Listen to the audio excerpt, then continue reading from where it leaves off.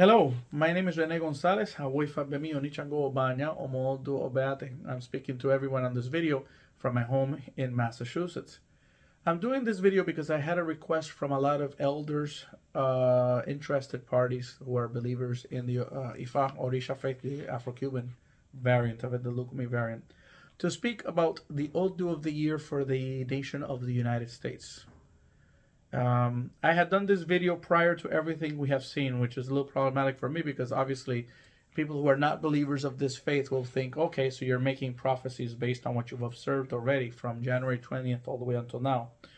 But I had done these prophecies, and I actually have Facebook evidence of that ever since of January 2nd, 3rd, and 4th.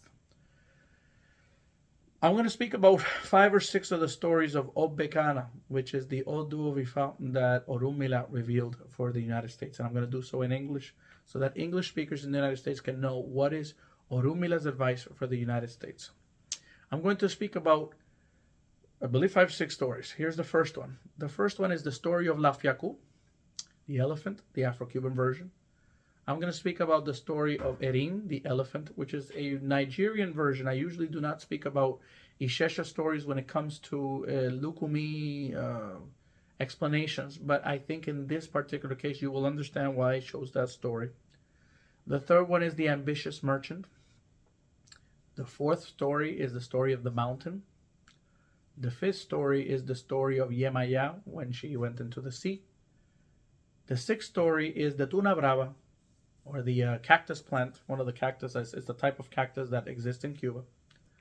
And I believe the seventh story is the curse of the people of More, or the kingdom of More. I'm going to try to do my best out of memory, because most Babalaos train to learn around 2 or 3 things per Odu out of memory, and I'm doing 7 or 8. But I'm going to do my best here to describe the stories, to do my, it's not the same as reading the story in terms of details. I'm going to be extrapolating from my memory and trying to weave together a narration. And then I'm going to explain what each story explains, okay? I'm going to start with the story of the elephant Lafiaku. In this story, there was a kingdom. And in this kingdom, the people had their farms and their commerce and everything was doing well. There was this great creature, this really rotund, large creature, which would step over the farmlands and would destroy everything in its path. This creature would be heard throughout the land because it had a long trunk, and once in a while, periodically, would make noise with the trunk, like elephants usually do. So it was a creature that made a lot of noise.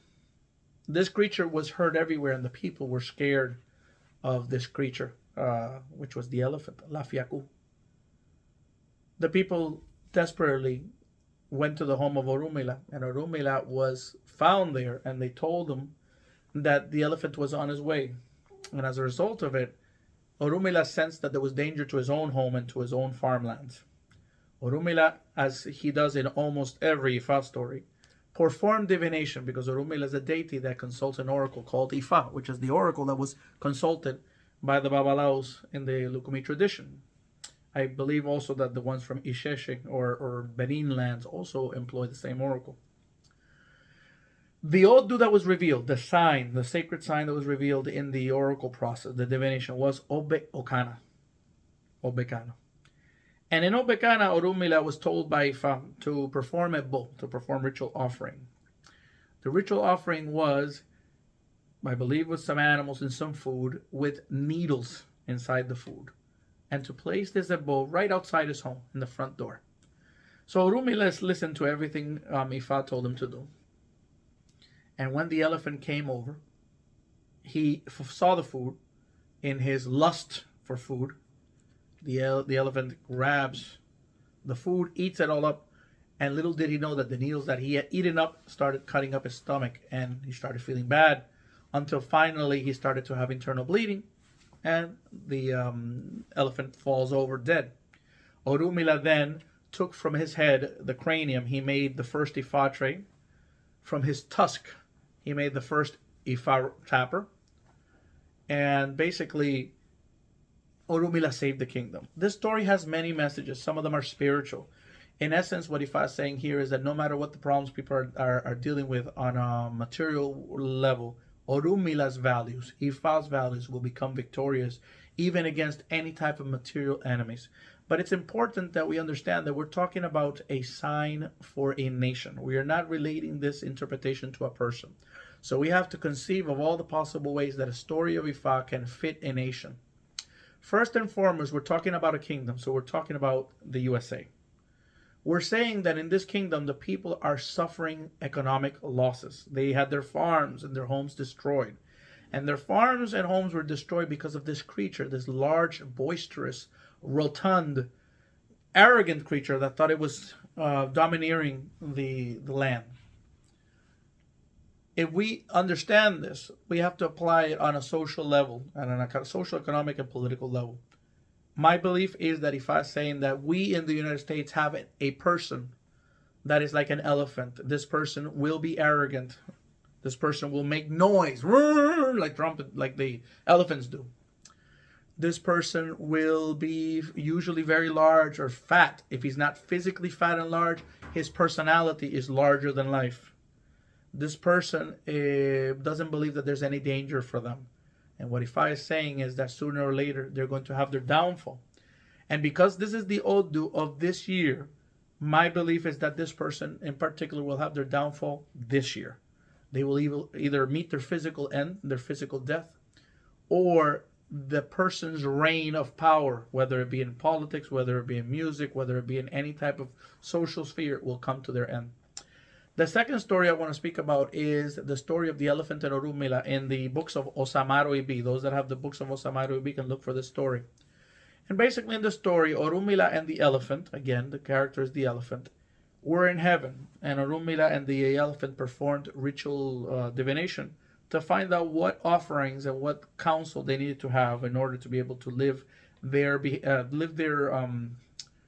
destiny on the earth in the most abundant, peaceful way. They were told to perform a ritual offering, and they were also told to be very, fearful of the danger of death because of arrogance, because of avarice, and because of speaking unwell, speaking bad words, or what their mouth would say would get them into trouble. Orunmila listened to the counsel and performed the bow, but the elephant did not want to do it, even though Orunmila tried his best in heaven to convince him, please, perform the above, and the elephant didn't do so. When they came to the earth, Orunmila became a very successful diviner, as we know he was. He was a diviner. And he had plenty of thousands of clients that would come over regularly every day. Would get dozens and dozens. And they would perform a bow. So all the money that he would make from the divinations and from the offerings, the sacrifices, the spells and stuff like that, curing people, his medical, because this is a type of medical work. It's just a medical work that's a spiritual nature. He would give the money to the elephant who had come to the earth, been born and incarnated to live near Orunmila, and met Orunmila during his lifetime and became a close friend of Orunmila.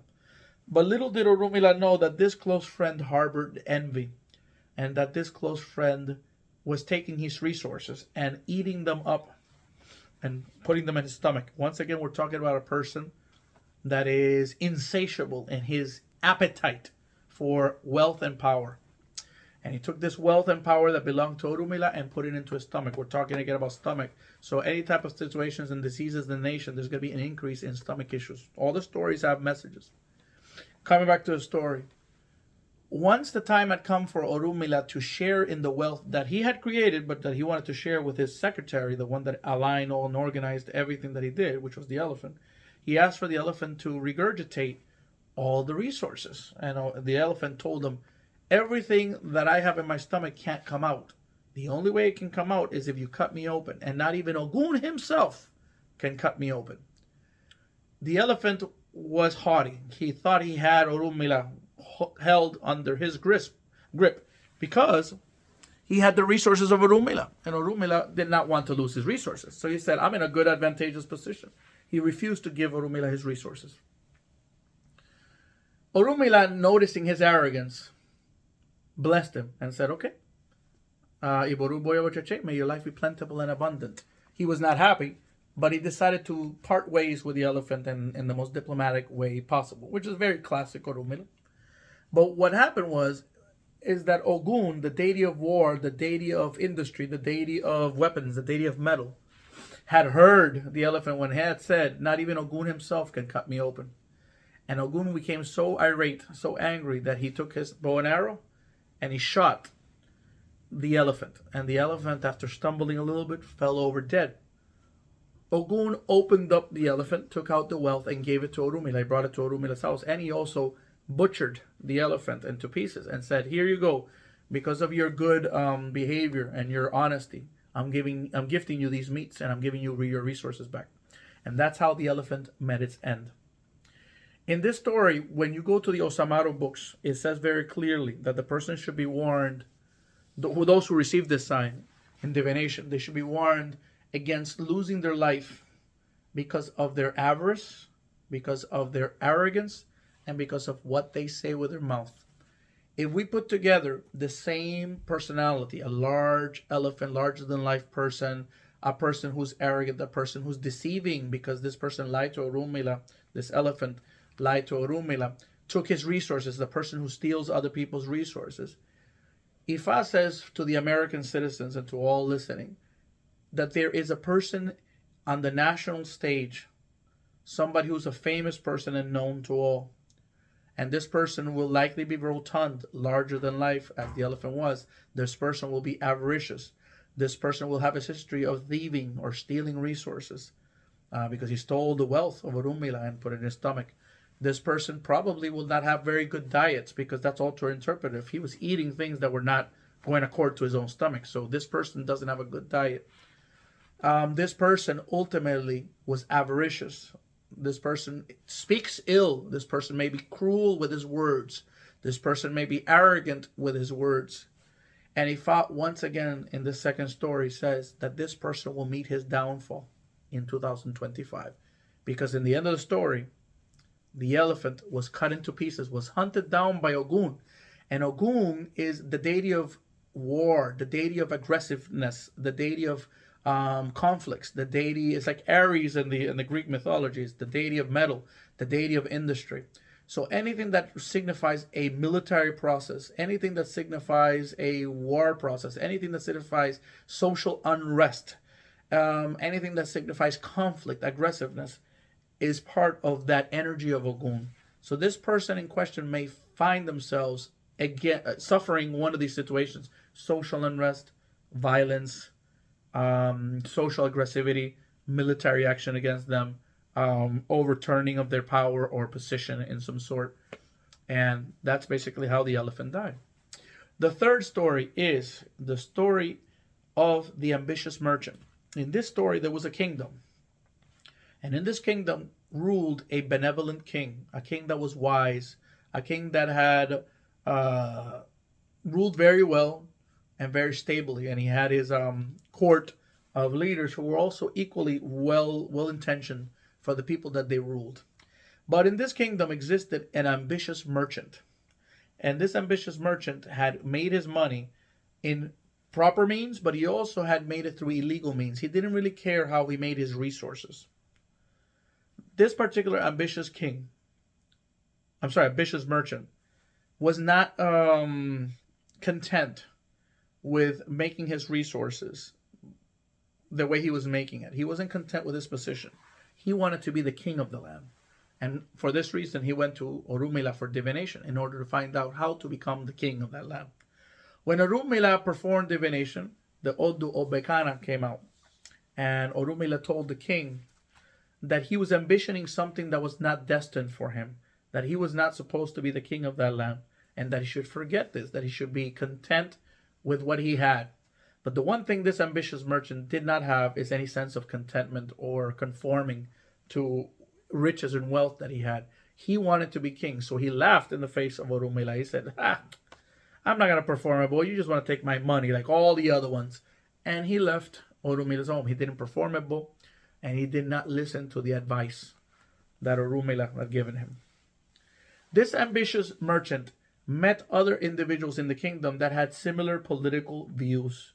They all had the same mentality of taking over the government of that kingdom.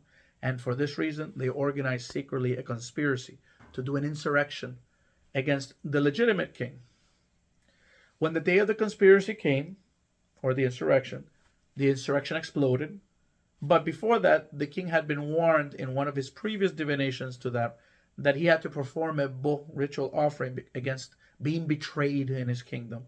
And the king, being very religious and very faithful to Ifa, this particular king performed a bo, performed ritual offering. So he had the deities on his side. The insurrection happened, and through the insurrection, and at one particular moment, this ambitious merchant, who was the leader of the insurrection, stabbed one of the members of the court of the king and killed the person. And then he was subsequently disarmed, and the insurrection was put down. They brought the ambitious merchant and some of the other leaders before trial. And during the whole trial, the ambitious merchant denied that he had anything to do with the insurrection. He denied that he had done anything wrong. And his denials were such that people began to get tired of them. And finally, one of the diviners in the king's court said, "Bring me the cadaver of that person who died during the insurrection." And when they brought him the cadaver of the person, he did a prayer on his tray, on his medicine tray, his accouché tray, and then grabbed the powder and threw it upon the cadaver. Magically, with the power of Ifa, the cadaver woke up. And people were astonished that the person woke up from the dead. And they asked the cadaver, "Who killed you?" And the cadaver said, "That guy. It was that guy. That was the guy who stuck the sword in me. It was him." And he pointed toward the ambitious merchant. The ambitious merchant was shocked. He didn't know how to hide. The information in front of him and the evidence of the cadaver labeling him and pointing him was just so overwhelming that there was no way to hide his culpability. And he was therefore subsequently found guilty and put to death for the insurrection. We have a third story that relates to the social, economic, and political structure of the United States. Ifa says that there is a person in the United States, in this kingdom, in this particular land, that is an ambitious merchant. This person is not content with the wealth that he made. This person will have had a history of stealing from others. This person will have made his money in positive but also ill-gotten ways.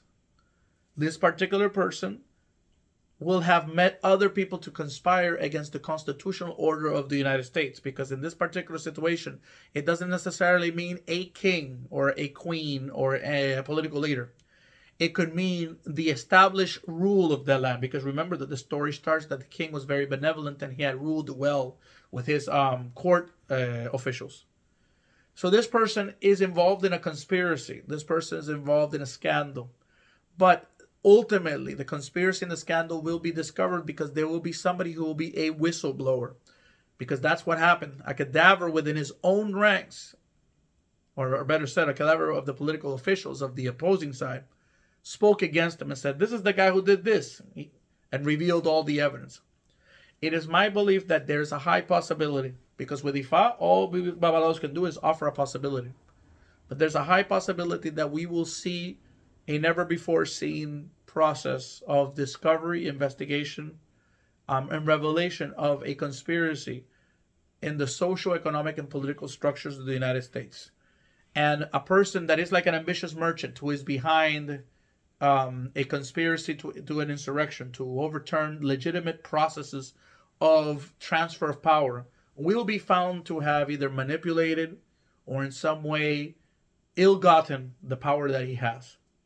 He will be found out because there will be somebody who will snitch on him. There will be a whistleblower, the cadaver.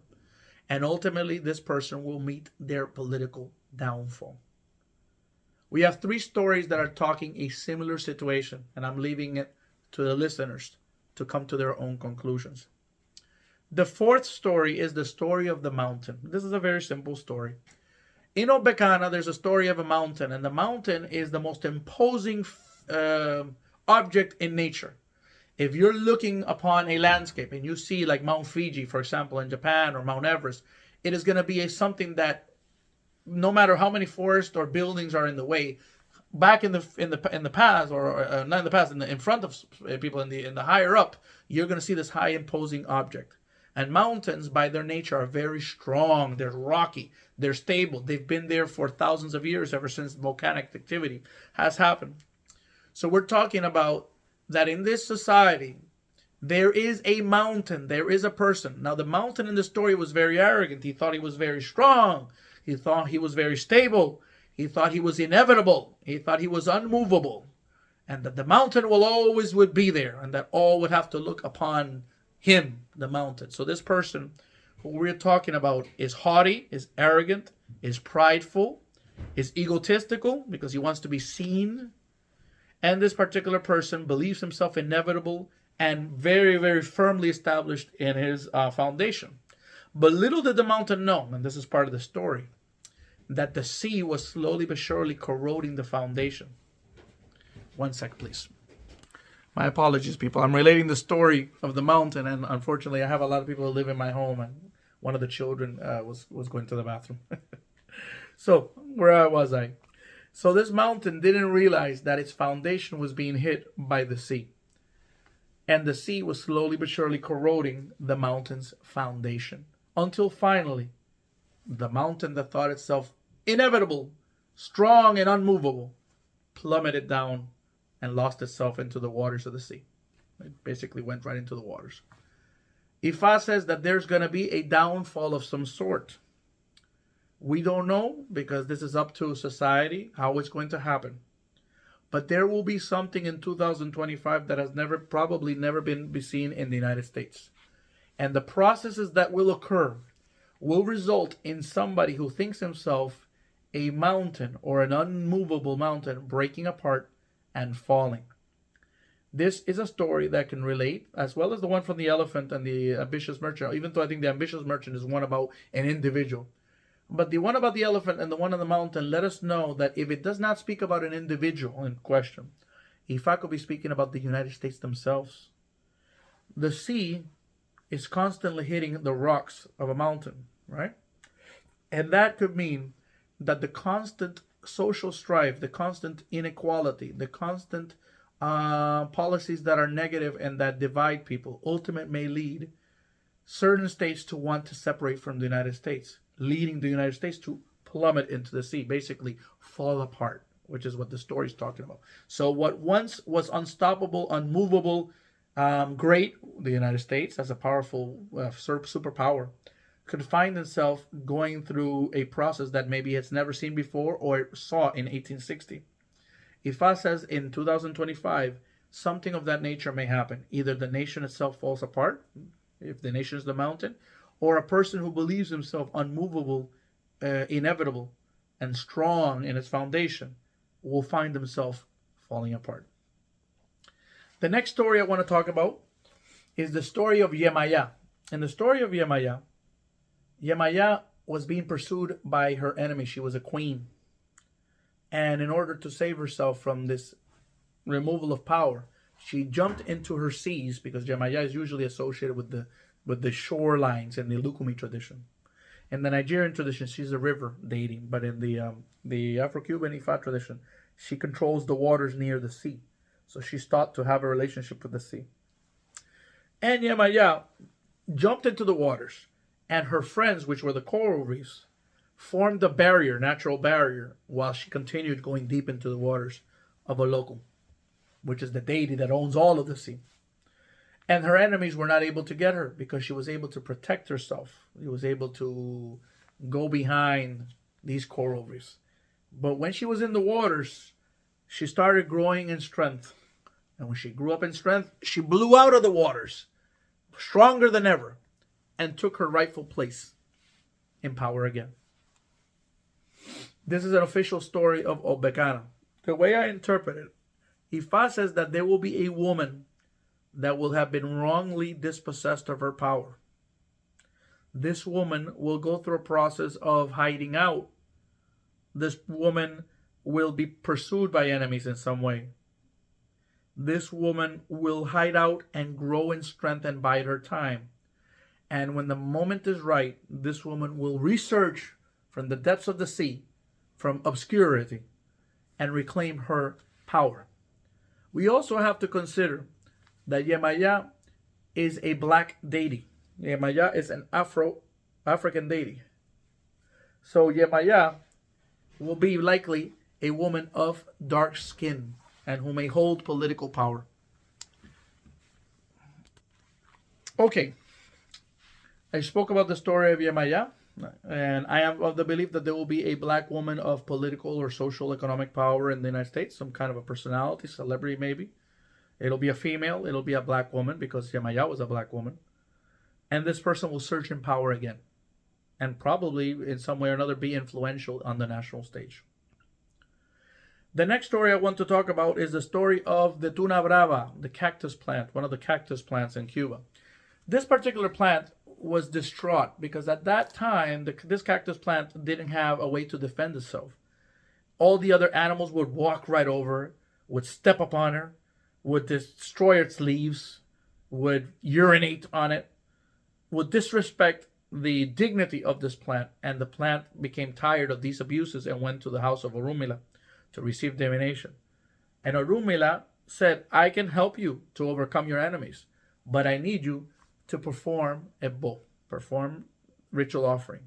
That's how Ifa solves all problems. We're giving you behavior advice and also by letting you know to perform a particular ritual offering. The plant, the cactus plant, the tuna brava plant, heard the advice and performed the bo, brought together the items of sacrifice, brought them to the home of Orumila, and Orumila performed the bo for this tuna brava plant, for the cactus plant. The cactus plant slowly but surely began to grow these spines, and they started coming out from every part of the body. And soon the entire plant had spines come out from the top, from the neck, the shoulders, the arms, the legs, everywhere. And when the animals that had been accustomed to stepping on her came close to do the same thing, they didn't realize that she was armed. And when they stepped upon the plant, they were harmed. Everything was painful for them. And they learned never to mess with the cactus plant ever again. I believe that this story talks about sectors of the United States that are currently being abused socially. People like immigrants, people like Muslims, people like Latinos in general, African Americans, women, people who are LGBT. All of these people right now are suffering the abuses of others in society. And those others are anybody in some way or another that supports the opposing political party. And that these supporters of this other political party are okay with social harm to these people. They are okay with people being cast out of schools. They are okay with people being silenced. They are okay with people being thrown out of the country, deported. They are okay with instituting obligatory Christian education on top of all the other religions, Jews, Muslims, practitioners of Ifa. So anybody that in some way or another does not match the mold of Christian white malehood is a cactus plant in this story, in the social construct or the social setting of the United States. That story is important because it tells religious believers that if they want to come out ahead and be able to survive these hard times, that they should perform ritual offering and a bow. Probably the ebo of Ogbe Kana, of the tuna brava, so that they can be like the tuna brava and grow the resources, the spines, and their personal life to be able to defend themselves and survive during this time. The last story I'm going to speak about is the story of the curse of the land of More. In the land of More, the inhabitants did not believe in the religion of Ifa Orisha. These people did not believe in anything, no God. And the land began to suffer all types of calamities, all types of diseases, all types of problems. The people began to lose their crops. Women were barren, would not be able to give children. The men could not hunt. They couldn't find animals. Everything was falling apart in this land. It was almost as if the deities were punishing this particular land because of their lack of loyalty to the deities, lack of faith in the deities. They went and performed divination. The people, when they had enough, they couldn't survive. They were desperate. And Orumila told them that the reason that they were being punished this way by the deities was because they had forgotten about the spirits, the world of the spirits, and they had forgotten about the Orishas. That they were living the way they wanted to. not according to the mandates of Ifa, the ethical codes of Ifa. The people were told that they had to perform ritual offering at Bo. And they were also warned that from now on they had to take into account the ethical code of the religion, the spirits, and the orishas, that they had to be religious believers. The people performed the Ebo. They began to change their ways and offer the Ebos in particular places. I believe in the story it was some kind of a bush, certain kind of arbustos, certain bushes. And when the negative deities from heaven came down to harm them, the spirits came down to harm them, they met the offerings and felt happy that they were attended to. And they left alone the land. And the land slowly began to prosper. The crops started to grow. The women became fertile again. And the men were able to hunt plentiful food. This is a story that tells us very clearly that the land of More is the United States of America.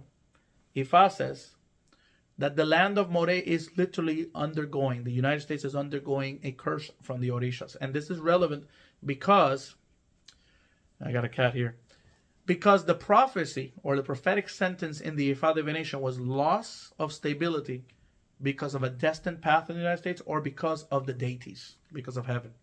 I am of the belief, it's my interpretation of this story, that the Orishas are punishing the United States because of its political decisions, because of the decision of the people to ignore the ethical values that all nations should govern themselves by and all religions speak about. That when we speak about in this story that the people had no faith in the religion, I am not talking about that the people listening to this must convert to the Ifa Orisha faith. What I interpret this to be is that the deities in heaven are expecting the people to act in ways that are compatible with the ethical codes of all religions. Love others, protect the weak, do not abuse them, like in the story of the cactus. Don't abuse Muslims. Don't impose your religion on others. Don't throw and cast away people who are of other citizenships. Be a good Samaritan. The story of the Good Samaritan in the Bible teaches us that the Samaritan wasn't helped people that were not his people, but still helped them and gave of his resources to help the person that was in need. This is the type of behavior that Ifa is expecting of all of us.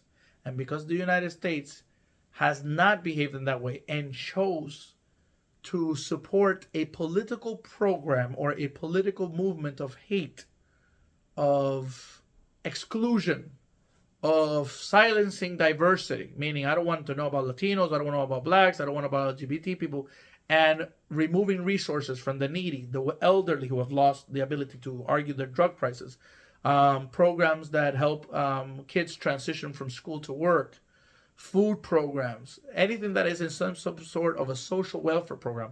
These programs are blessed by the deities. These programs are in evidence to the deities that the society cares about those who are needy, those who are less than, or those who have less resources, rather. By politically voting for a political program party and political leaders that disagree with them, Ifa is saying that the people of the United States, just like the inhabitants of More, chose poorly. That they chose not to care and have faith in the deities and in their ethical values. And as a result, the deities will punish the United States with loss of stability. Because remember, Otonowa, the word Otonowa can be understood in two ways. Usually priests understand it as saying that it's a loss of stability that is destined, that it's something that this nation has a destiny to undergo, a certain process of regrowth or changes that the nation has to go through and grow through. But also Otonowa can mean because of heaven, that the cause of the punishment or the cause of that negativity is heaven. And when we talk about heaven, we're talking about the deities and the spirits. And I particularly interpret this particular story as a signifier from heaven that the United States is on the wrong path. That the Orishas have rendered their judgment and basically have said, until you change your political ways, until this political party is removed, until the political program is removed, until we come back to good governance, belief in the Orishas, loving el prójimo, loving the person next door, using the resources of the nation in an equal fashion so that everybody can live comfortable lives, being fair, and all of these values, my belief is that the nation is going to go very negative consequences. And that's the curse of More. If we put together all of these stories, I am of the belief, like I said, that the United States is on the wrong path. I also believe that a particular powerful person who may be large, rotund, larger than life, arrogant, boisterous, a thief, an ambitious merchant, that this person is going to meet their political end or their biological end in 2025. And it's very likely that the process that will undergo that or get to that will be violent in nature because of the stories of the first elephants or because of the insurrection story of the ambitious merchant. And as a result of all these processes that will occur that will remove this particular personality from power, Ifa says that there will be a black woman that will resurge in power and that this woman will take her rightful place, which was denied to her. That is my interpretation of the basic and most important aspects of Ogbe Kana for the United States. I leave it to the excellent priests in Miami and Colaifa Miami and other organizations to perhaps add other prisms or perspectives to this particular divination. I hope that the divination is informative and that you are better armed about what I believe will happen in the year 2025. Ache to, Iban Yashu.